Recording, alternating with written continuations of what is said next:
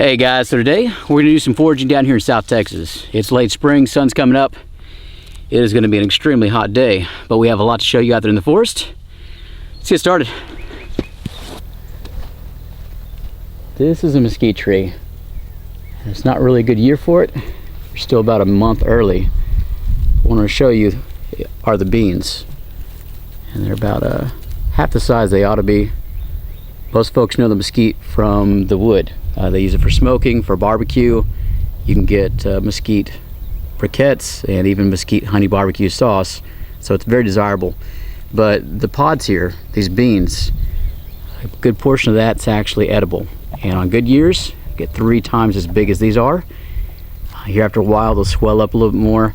And when they start to dry out, turn tan with red striations down these beans, what you're gonna find is that you can break it open, pop the little beans out, but eat all the pith in between each of those, and it's full of sugar. So mesquite sugar is awesome.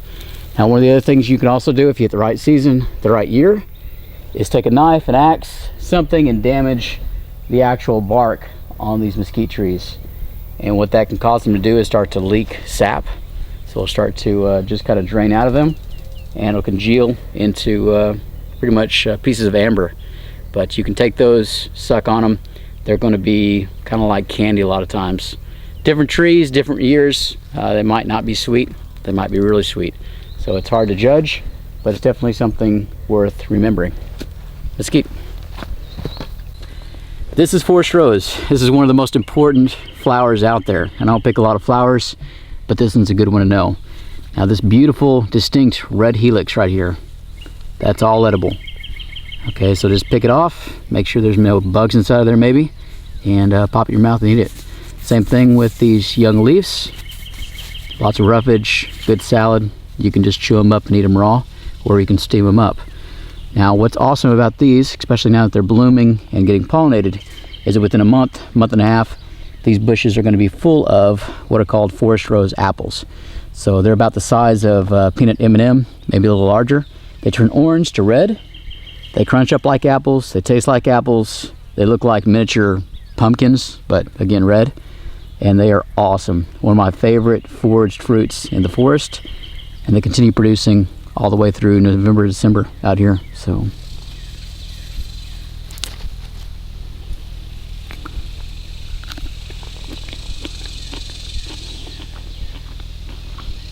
it's a lot more refreshing and sweeter than you might think.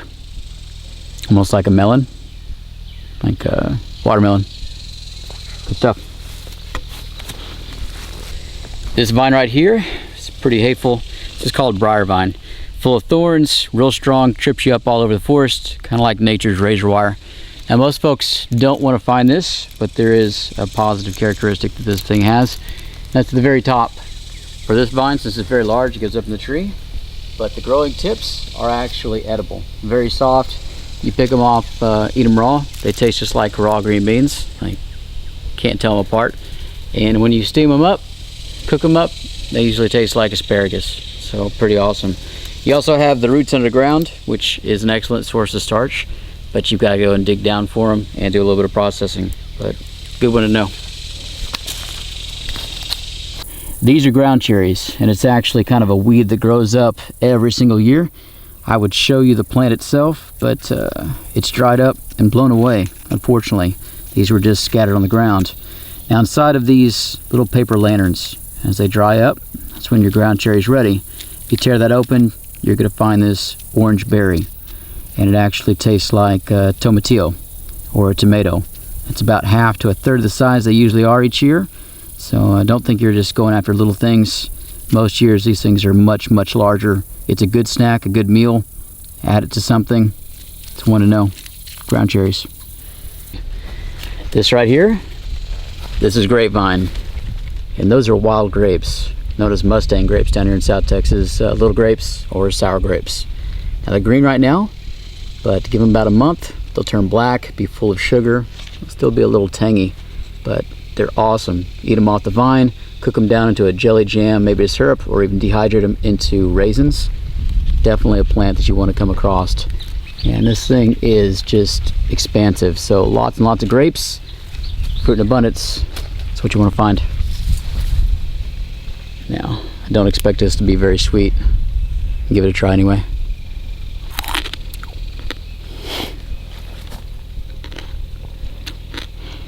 All right, yeah, not sweet at all. But not bad, but definitely not sweet. Very tart. Give him some more time on the bush. This is a yucca. Now, if you're familiar with the channel, you probably think this is a baby, but this is actually just a different variant. So kind of nice, not as mean and spiky as the Spanish dagger. You can still make cordage out of the leaves, soap out of the roots. The big draw here is going to be the stalk, the flowering stalk. Now, something's already eaten the pods. Kind of tells you just how edible those things are. They are gone. And a lot of times when we come across these plants, you'll actually see that the stalk has been nibbled off of and foraged before you got there. So as it's coming up and flowering, a lot of creatures will come eat the whole thing. So you hit this thing at the right time, you got yourself a meal. But this thing right here, especially as it starts to dry out, is going to be the most ideal fire by friction tool you can find here in South Texas. So this is the spindle. Once it dries up, it makes the best fire starter out there. So we actually call it fire starter yucca. I know it's got a regular name, but it starts fires out here, so that's what I call it. Now, this is unexpected, guys. This is about a month and a half after we ought to find this, but this is the fire starter yucca in bloom. And so you come across anomalies every once in a while. Blossoms, just like regular yucca, are going to be edible, so check that out. After they get about 4 or 5 days old, they start to taste really bitter. So here's to luck.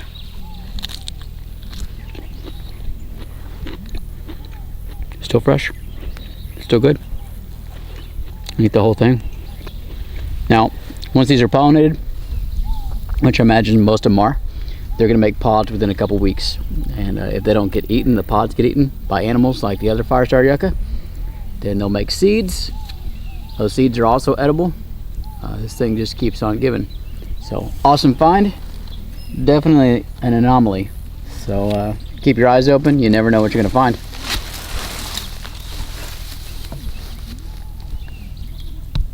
In the Southwest, you really can't go very far without running into cactus. This is prickly pear cactus. Every part of this plant is useful. Now, the pads themselves, those are called nopals. We actually sell those things at the grocery stores down here in Texas, especially when you get close to the border. Slice them up, dice them, burn off all the thorns, make a great meal. On top of each of these pads, it's going to be a heck of a year for them. Those are the fruits. They're called tuna. They have all kinds of thorns on them. You want to burn the thorns off. Here in about a month or two, they're going to turn pink and purple, and that's going to make them very sweet, full of calories. A lot of folks enjoy those as a desert treat. What a lot of folks don't know is that you can take these green, unripened fruits, the tunas, bake them up for about an hour, and you will absolutely love them. All right, they kind of remind me of okra. I enjoy the seeds on the inside.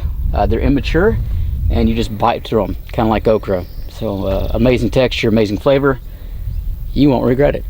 One of the last things is that here about a month ago, each one of these fruits had a beautiful large flower on it. Each one of those flowers, pull the petals off, eat them, enjoy them. Refreshing, amazing, more food. Again, cactus is fantastic. Use it, know how to make the best out of the desert. Now in drought, unfortunately the fruit and nut trees down here require constant rainfall, and we're not getting that this year. So they're all gonna suffer. Count those out. In survival though, in most of these situations, even in times of drought, you can find a silver lining. So back here behind me, this is actually my creek, or what's left of it. This little puddle right here is usually flowing about 2.5 foot higher than it's at right now. Now as these puddles get smaller, as they dry out, it's probably got 2 or 3 more weeks in it, maybe. All of the life inside of it, the fish, the crawdads, everything are becoming more and more concentrated. And that makes it very easy to go in there with your hands and pull stuff out. Not only that, but as the water slowly gets centralized in these areas and we start to get these mud banks, you're gonna have all kinds of snakes and predators come down to get a drink, especially at nighttime, and to pull those fish, pull those organisms out of the water and get a meal as well. So these are all excellent sources of protein. You might not get your fruit, your veg, but at least you're gonna have something to eat. This tree is called the Inaqua, and not many folks know about this one. Also known as the sandpaper tree because of the roughness of the leaves. So if you can hear that, it feels like and sounds like sandpaper. Pretty distinct. Now what we're after with this tree is going to be the berries. They're covered with yellow berries. Some years there's even more than this, so there's plenty of them on there. The yellow are not quite ripe. You want to wait until they turn orange into red, and that's when you're ready to pick these guys. So really fleshy, kind of like an apple. A few seeds in there, spit those out, but there's plenty of it. So good fruit tree to have.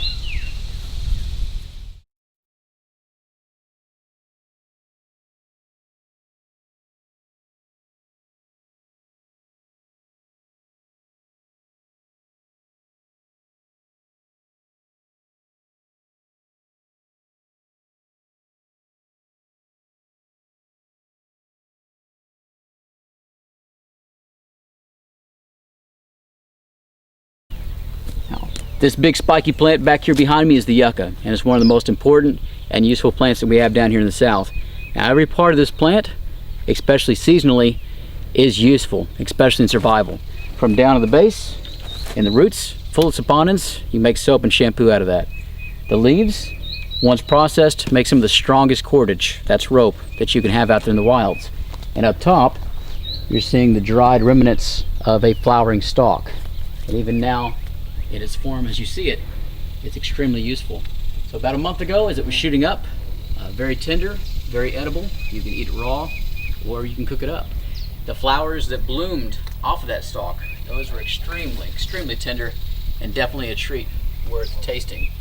Now as the flowers are pollinated, you're now seeing the pods that developed from those.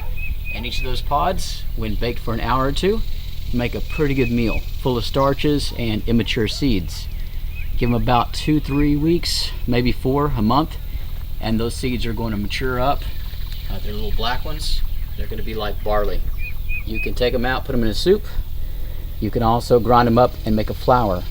So it's going to be a ton of food, lots of things to enjoy on the yucca. Definitely one to know.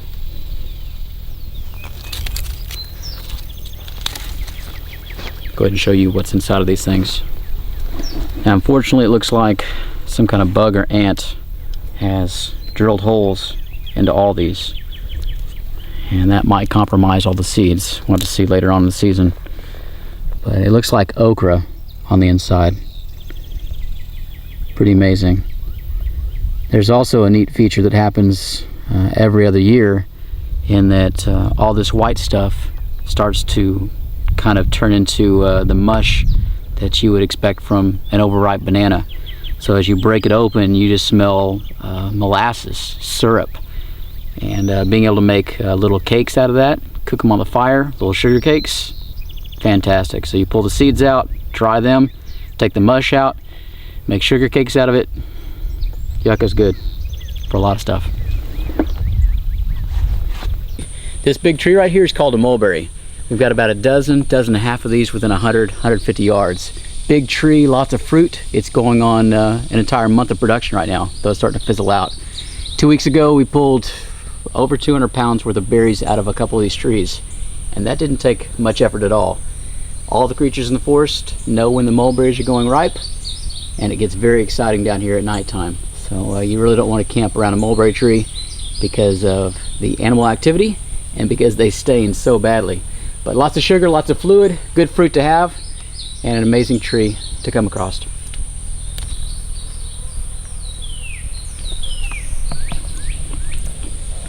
Your hands and teeth will turn purple after a while too. This prickly vine right here, this is called dewberry, and this is one you want to find. They grow up and down the rivers, they make briars, they look like blackberries, and a lot of folks get them mixed up with blackberry down here in South Texas. To me, they taste like strawberry though, so pretty interesting contrast there.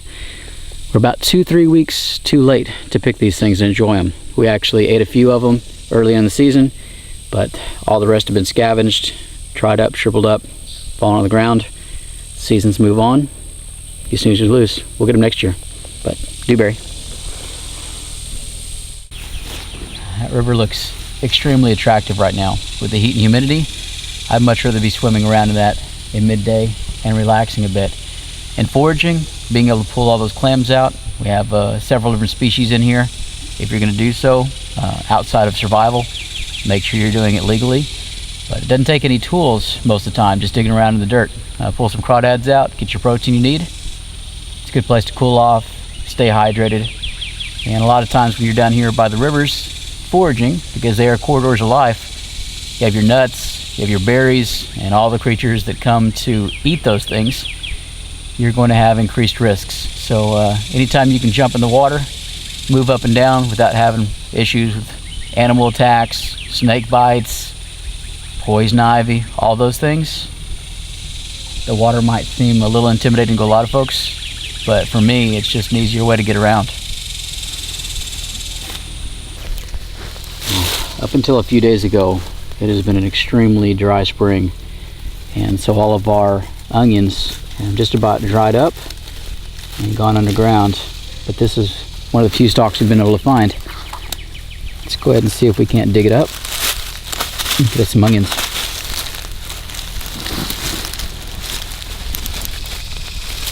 There we go. A little shallow, broke the bulb, but that's what you're looking for.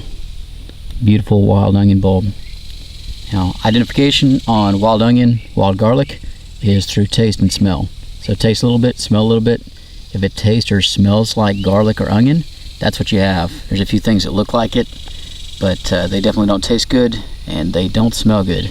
So taste, smell a little bit. If you got wild onion, look around. If you got one, you got a lot of them. So good thing to find. Makes your food taste a lot better.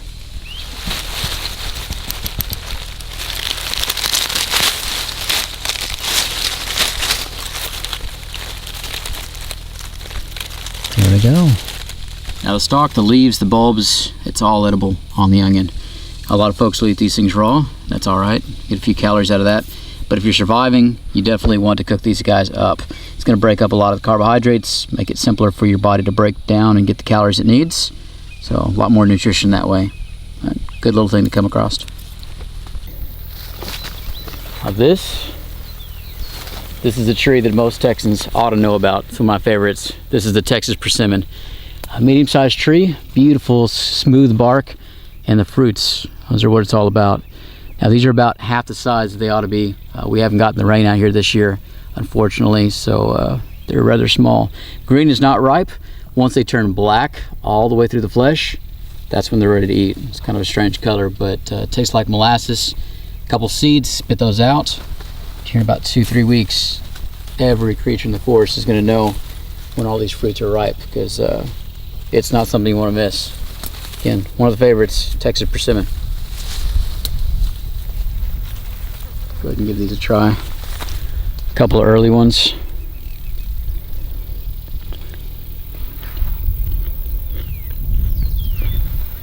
Oh, seeds haven't formed. Not much sugar in them. Kind of like a prune, almost. Eat them if you have to. Well, hopefully we get some rain. It tastes better in a couple weeks. This is a desert hackberry bush. This is another one down here in South Texas. Grows all over the place that most folks don't know about, but should. Bright orange berries. You can eat the entire thing, seeds and all. Crunch it up. It's a sweet treat, and they grow in abundance. So everywhere that you find a Texas persimmon, you usually find one of these guys growing pretty close by. Crunch up seeds, burst of flavor. I like cantaloupe without the same texture. Pretty good though, fruity. This plant right here, this is one to know, especially in a bind. This is the tasajillo, also known by some as the Christmas tree cactus. Now what you're after on this plant are the little bright red fruits, and those are actually tuna. Most folks have seen those on prickly pear pad cactuses, and much larger. Same thing though, full of sugar, full of calories. They taste to me like watermelon Jolly Ranchers. So before you go and start picking these things thinking you have a nice treat, you need to treat them, which means add some flame, burn off the thorns, burn off all the hate, and then they're ready to go. Spit out some of the seeds, but it's definitely a food that you want to know about, because November, December, most of these fruits are not here, but the tasajillo usually covered still. Well guys, it goes without saying, but it's been an extremely hot and long day out here in South Texas. Now we've gathered up a variety of things over the course of the day, and hopefully there have been a few that most y'all maybe didn't know existed down here in the South, or perhaps you knew about but didn't realize they were as edible or useful as they are. And that's the idea. Knowledge is power. Now it might have looked like abundance on this video, but unfortunately for every one of the trees that you saw, there probably should have been 20 to 30 times as much fruit on each one. A lot of this fruit should be 2 to 3 times larger, and for all this, there's quite a few things on the list that were here last spring that either didn't come up or they've since then shriveled up because we just didn't get the rain. We're pretty much at drought right now, which is extremely unfortunate for late spring.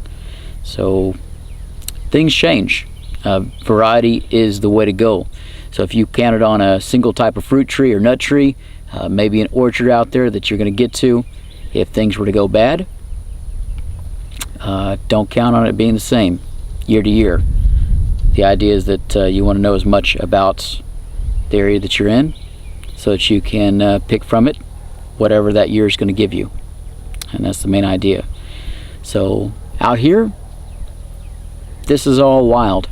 We didn't propagate, we haven't planted a bit of this. We're fortunate enough to be in an area that all this grows wild. There are a few areas that the wood boring beetle grubs have decimated our forest, which is beyond tragic. I've since then started to plant a few trees in those areas, wild pecan, Texas walnut, a couple of pomegranates, and a few figs, just because I like figs. Those actually do really well out here in Texas, all those 4 varieties, and who knows what else would be out here. I'm manipulating the environment a bit, but hopefully it'll all grow back and it'll help out the forest creatures, and perhaps my kids or grandkids, if things ever go wrong, they'll be able to count on that food. And that's the idea. We want to plant trees that perhaps we won't live long enough to enjoy the shade of, and that's something I live by. And guys, if you enjoyed the video, please like, subscribe, comment, tell us what you think about it. Please share the heck out of these. If you want to support our channel, check out our Patreon. That'll be in the description down below. Also, Grim Survival and Titan Survival, those are affiliates. So if you click on the link, check out their products. If you buy through that link, you'll actually be helping out our channel, which we again appreciate greatly. Been a long day, guys. As always, be prepared, and until next time. Huck. Mulberry. Okay. Okay. He is a mulberry eater. Okay. Huckleberry. Got that one. An aqua. Okay. Maybe. Maybe. Huckleberry. Desert hackberry. Niblet. He's not sure about that one. Huckleberry. Ooh. When he was a puppy, he used to love tomatoes. So ground cherries, huckleberry, ground cherry. Not gonna do it. I tried, guys. I raised him upright, did everything I could. I don't know. He's definitely not starving though. Get out of here, pup. See if we can't make some quick cordage. I'll show you how it's done. 4 pieces. Split 1 in half. Double it over. No, invert it. Double it over. Twist the inside. Flip them over. Twist the inside. Flip them over. This is down and dirty.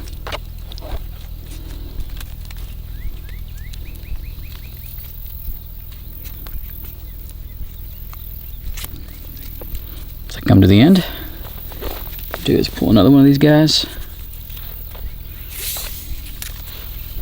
split it in half.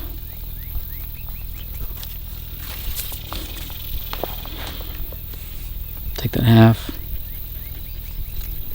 just like that. Twist it in, integrate it. That's how I make my cordage longer. It ain't pretty, but it certainly works. And that's probably about 100 pounds test right there. Strong stuff.